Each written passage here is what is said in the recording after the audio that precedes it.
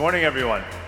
Thank you so much, Mikhail, for that very generous introduction. I am deeply honored to be joining you not only this morning, but as Mikhail said, as one of the inaugural YPO Leadership Fellows. It means I get to spend not only 13 minutes with you this morning, but also a couple of days and into the rest of this YPO year and beyond. And I'm really looking forward to that. Well, this is one of the foremost gatherings of leaders in the entire world, but you couldn't have picked a more chaotic time to be a leader. Now, it would be one thing if you get to tackle COVID on Monday, climate change on Tuesday, geopolitics on Wednesday, polarization on Thursday, and on and on. But you don't. It's all hitting you all at once. And what's more, sometimes we don't even get to stop and think about the linkages between these issues. But we know that COVID has exacerbated social unrest and polarization. Geopolitics disrupts supply chains and so forth. So why is all of this happening? Well, to put it simply, the world is so connected. Geography is connected and issues connected, and that's what makes the world so complex. Now, we like to say it's complicated, right? Facebook status, it's complicated. Well, if the planet Earth had a Facebook status, I don't think it's complicated would be enough, right? It's complex. And complexity has a certain meaning. It means that things are perpetually uncertain. And I don't know if we're going to be able to ever unwind that complexity. In fact, I don't think we will. In fact, some of the things that we most took for granted in recent decades, America, a stable anchor of the global system. Well, we don't know what's going to happen next Tuesday, like literally next Tuesday. We can't take for granted not only the role of certain powers, but even our economic policy. We have mandates for fiscal policy that vacillate between austerity and growth. Monetary policy has to tackle inflation, but also deal with climate change. Market valuations, unanchored from fundamentals. All of these things perpetually uncertain. And we would love to be able to fall back on certain scenarios, like, okay, it's a new Cold War, let's put that frame in our head, we know what lies ahead, right? Or globalization continues, the world remains interdependent. And we would like to take comfort, the world is going this way, or it's going this way. Well, actually, it's more like both at the same time. This is what I mean when it comes to that geopolitical level. You can't make such a simple prognosis about what the map of the future, what the diagram of power looks like in the future. Because in my rendering here, you don't see one country at the center of that spider web. You don't see America in the middle. You don't see China in the middle. You don't see anyone in the middle. And what's more, you actually see everyone. And that's something really important about a world that remains connected and is actually more connected than ever. It's that for the first time in history, Europe, America, Asia, Middle East, Africa, Latin America, they all matter. And they're all freely associating with each other, forming relations with each other. No one gets to call all the shots and say you can or you cannot trade with or do business with or have a military relationship with the other. And that's part of what also makes the world seem chaotic. In fact, it's competitive. That's why I call this the geopolitical marketplace. We used to live in a world where we could say the buck stops with one power. America is the sole superpower. But that's not the way it is anymore. Everyone is competing with everyone else, competing to be a geopolitical security provider, competing to provide infrastructure, competing to sell clean energy and technology, competing to provide medical equipment and vaccines. All of that is part of the competition in the world today. We're all competing to be a trusted utility provider. So that's the global level of competition and complexity and uncertainty. The same thing in many ways applies to governance domestically. That too is a marketplace, a competitive marketplace. But do our leaders, you are the leaders, but how about our political leaders? Are they competent? Do they have the capacity and the competence to execute on the functions that they're tasked with? My view is that to be a good leader in the 21st century, you have to be fluent in 3 languages. Those languages are geopolitics, geoeconomics, and geotechnology. Now, we know that our leaders aren't. We could spend a lot of time just bad-mouthing our political leaders for their inability to cover these three bases. We know that Silicon Valley leaders aren't the most socially sensitive. We know that political leaders don't know much about technology. And we know how economically illiterate just about all of them are. Okay, let's put that to the side. But you're the leaders, too. Are you fluent in these three languages? It's part of why you're here. It's part of what lies ahead for you in your learning journey, is take whatever time you have and become fluent in these languages. Because I don't think that anyone is qualified to be a leader in this world unless you speak at least these three languages and get fluent in these three languages. And probably a lot more other languages. Let's call them dialects. But please exert yourself, right? Work very hard to understand the interconnections between these three things. And don't believe, and this is where I think there's a great strength in the spirit of YPO, don't believe that it's up to someone else, right, to find solutions. Because in the world that we're heading into, we need all hands on deck, right? We need collaboration across stakeholders, governments, with the business community, with civil society. Don't believe that it's up to the World Trade Organization to manage the world economy or the IMF, or that the UN Security Council is going to deliver peace to all of us. Actually, everyone plays a role in all of these issues.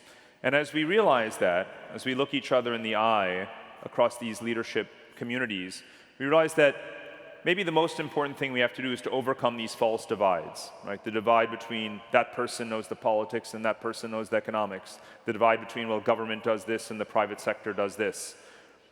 And the divide among social groups and even intellectual camps and tribes.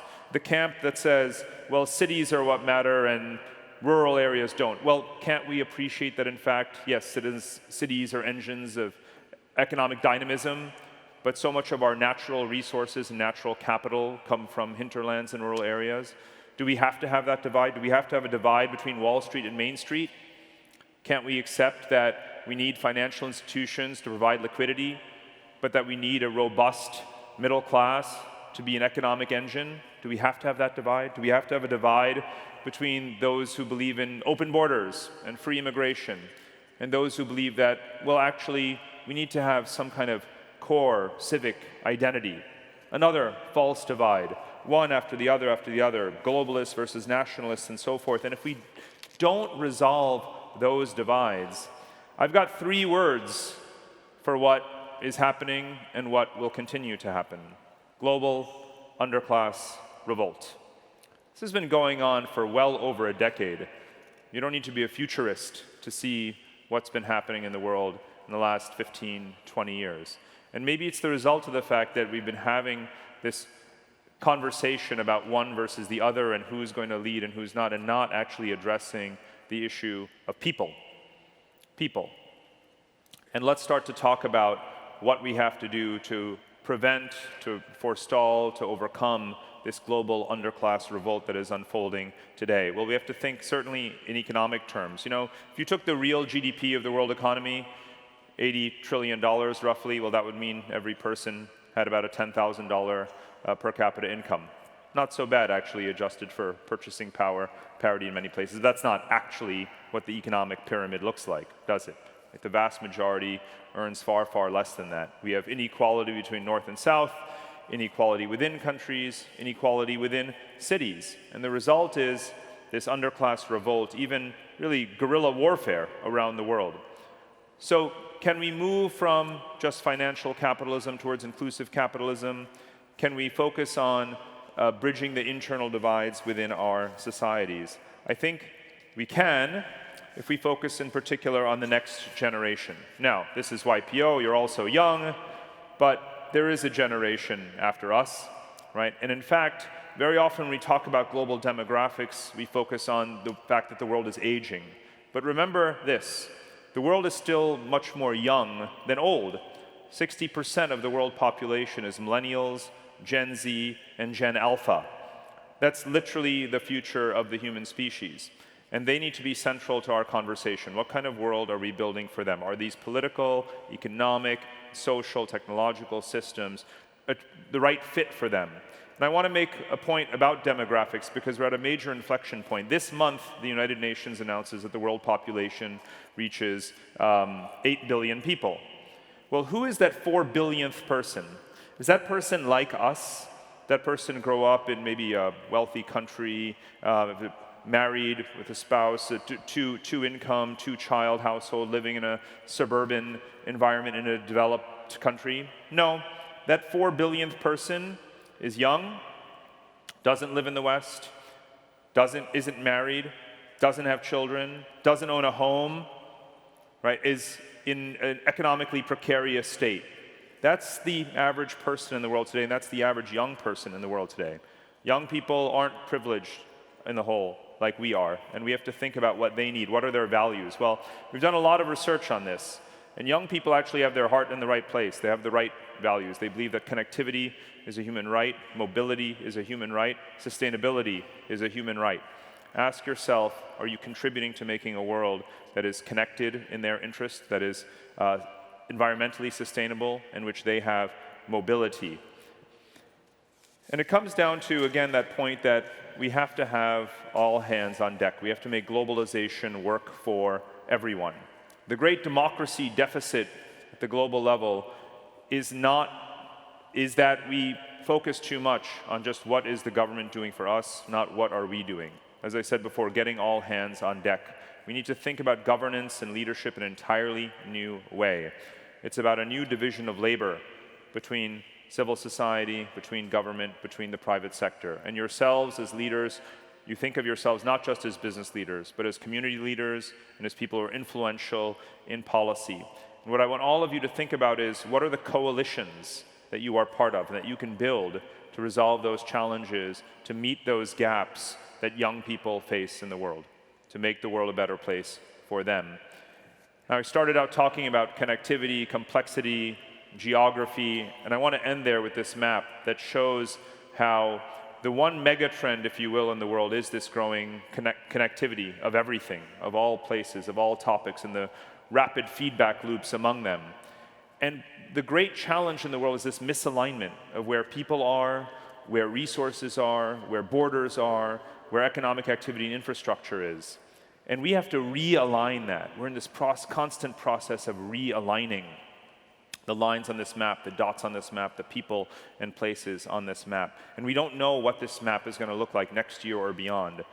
So I ask you two things if you want to make the map of the world look better and be a better map for the future. Ask yourself, are you helping people move to the geography of resources, or are you moving technologies and resources to people where they need them? Just two things. Wake up in the morning, go to bed at night, ask yourself, are you moving people to resources or technologies to people? And if you do, you're making the world a better place, and then maybe it won't be a world where we wake up to a new crisis every single day. Thank you very much. Thank you.